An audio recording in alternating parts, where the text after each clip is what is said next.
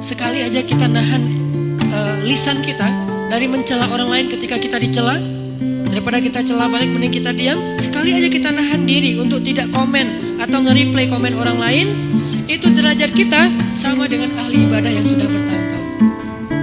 Sebegitu istimewanya akhlak. Hadis riwayat Imam Ahmad, Abu Dawud dengan derajat sahih.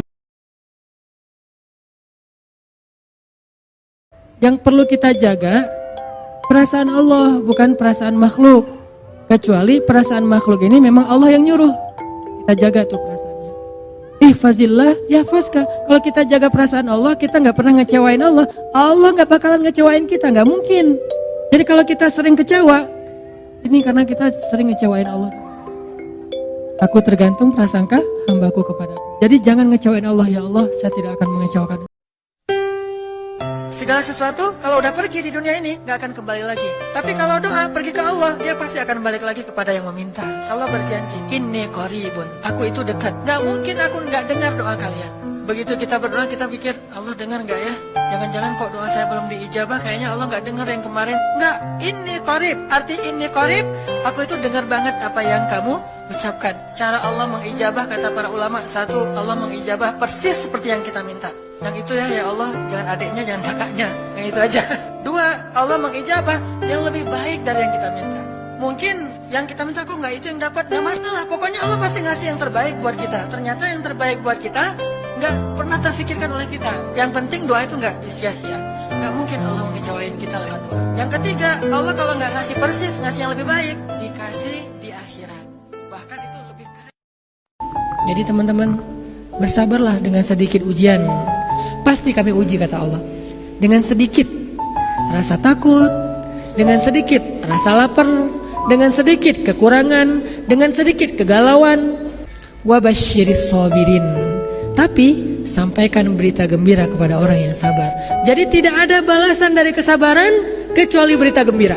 Gak ada balasan dari kesabaran kecuali keajaiban.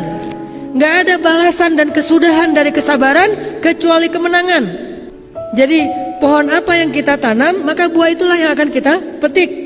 Itu yang kita bangun di hati kita. Wabasyiris sabirin. Pernah gak nyesel bantu orang lain gara-gara ternyata orang itu akhirnya nyakitin perasaan kita? Duh, saya nyesel dulu bantu dia. Duh, tahu gitu gak bakalan saya mau baik-baikan sama dia. Duh, nyesel juga saya kemarin udah nolongin dia segala macam. Gimana? Apakah kita merasa amal kita jadi sia-sia? Enggak. Begitu kita merasa dikhianati, disakiti, dianggap bukan siapa-siapa, gak ada apa-apanya, kita tinggal mengatakan hasbiyallah. Bagi saya cukup balasan dari Allah Subhanahu wa taala, bukan balasan dari manusia. Ada dua kalimat yang ringan diucapkan dengan lisan, tapi berat di dalam timbangan kebaikan, dan Allah suka banget dengan kalimat itu. Apa kalimatnya? Subhanallahi wa bihamdih, subhanallahil azim. Ringan kan? Dan jangan kita remehkan kalimat itu, sehingga kita memilih untuk mengucapkan kalimat-kalimat yang sia-sia, menyanyikan lagu-lagu yang mungkin tidak berpahala, ketimbang hanya mengucapkan kalimat yang mudah tapi berpahala besar. Kita punya banyak waktu untuk bernyanyi, kita punya banyak waktu untuk berdebat, kita punya banyak waktu untuk bicara dengan topik-topik yang kadang-kadang gak menambah pahala juga gak menambah dosa. Tapi kita gak punya waktu untuk kalimat yang mudah, ringan, karena kita meremehkannya, kita anggap itu sia-sia. Faman ya'mal mithqala dzarratin khairan yarah. Ada manusia pengen menjatuhkan kamu, kamu gak akan jatuh kecuali dengan izin Allah. Ada manusia yang pengen mengangkat kamu, kamu tidak akan menjadi terangkat, menjadi lebih mulia kecuali dengan seizin Allah. Nyari kesalahan orang tuh susah loh. Udah dapat rugi. Kenapa? Begitu kita dapat kesalahan orang lain, kita share, maka kita mengambil dosa dari kesalahan itu untuk kita tanggung. Capek banget sih ngambil dosa ya. Kita cari mana kesalahan orang. Oh, ini ada nih. Kita ambil, lalu kita buka aibnya, kita share, berarti kita sudah menanggung kesalahan itu. Kalau kita simpan, kita nggak ikut menanggung. Kalau kita kasih tahu ke orangnya supaya dia memperbaiki diri, maka kita dapat pahala, dan dia juga kalau memperbaiki diri dapat pahala. Kalau teman-teman lagi cemburu dengan dunia, seseorang bilang, wa ma indallahi khair, apa yang ada di sisi Allah lebih baik. Udah nggak jadi cemburu. Saya pakai itu sebagai terapi buat diri saya sendiri. Kalau saya lagi ada rasa kayak kepengen apa yang orang punya, ada rasa iri, ada rasa cemburu, ada rasa kayak merasa orang lain lebih beruntung dari kita, saya selalu pakai mantra wa ma indallahi khair, wa ma indallahi khair, wa ma indallahi khair. Sehingga hilanglah rasa cemburu itu. Apa yang ada di sisi Allah lebih baik, apa yang ada di sisi Allah lebih baik, apa yang ada di sisi Allah lebih walal akhiratu khairul laka minal ula wal akhiratu khairu wa abqa. Akhirat lebih baik bagimu dan daripada dunia. Akhirat lebih baik dan lebih kekal. Itu aja yang kita ulang-ulang mantranya. Wa ma indallahi khair. Udah aja senyum. Kata Allah pada Maryam, kalau kamu dicela, diam aja. Gak usah komen, gak usah balas, gak usah curhat-curhat di medsos. Diam aja. Ini nih nasihat Allah pada Maryam nih. Jangan curhat di medsos. Maryam, nanti kalau kamu di haters, jadi kan banyak haters di sana suka haters orang soleh gitu kan. Mereka nge-follow tuh bukan pengen dapat inspirasi, cuma haters doang. Ngintip dia lagi posting apa, diserang, posting apa diserang gitu.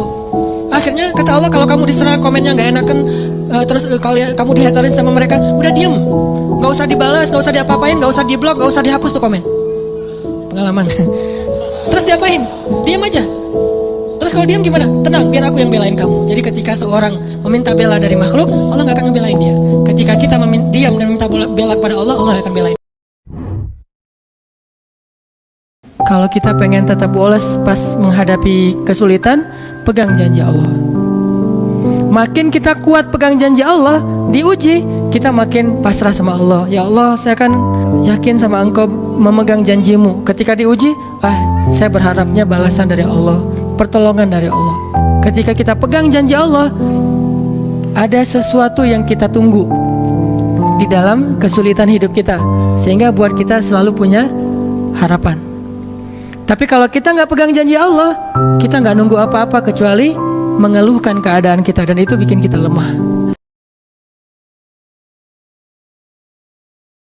Ketika Allah menempatkan kita dalam satu situasi yang sulit, yang sampai bikin kita kehabisan ide nih gimana cara keluar dari situasi ini, itu berarti Allah lagi ngasih kita kesempatan masuk dalam sebuah situasi yang tidak ada yang bisa nolong kita kecuali Allah. Allah pengen nolong sendiri, dan pertolongan Allah itu ajaib. Tapi kalau Allah tempatkan kita dalam sebuah situasi yang kita masih berpikir dan menemukan beberapa jalan walaupun belum pasti bisa, berarti kita masih diberikan kesempatan yang nolong kita itu makhluk.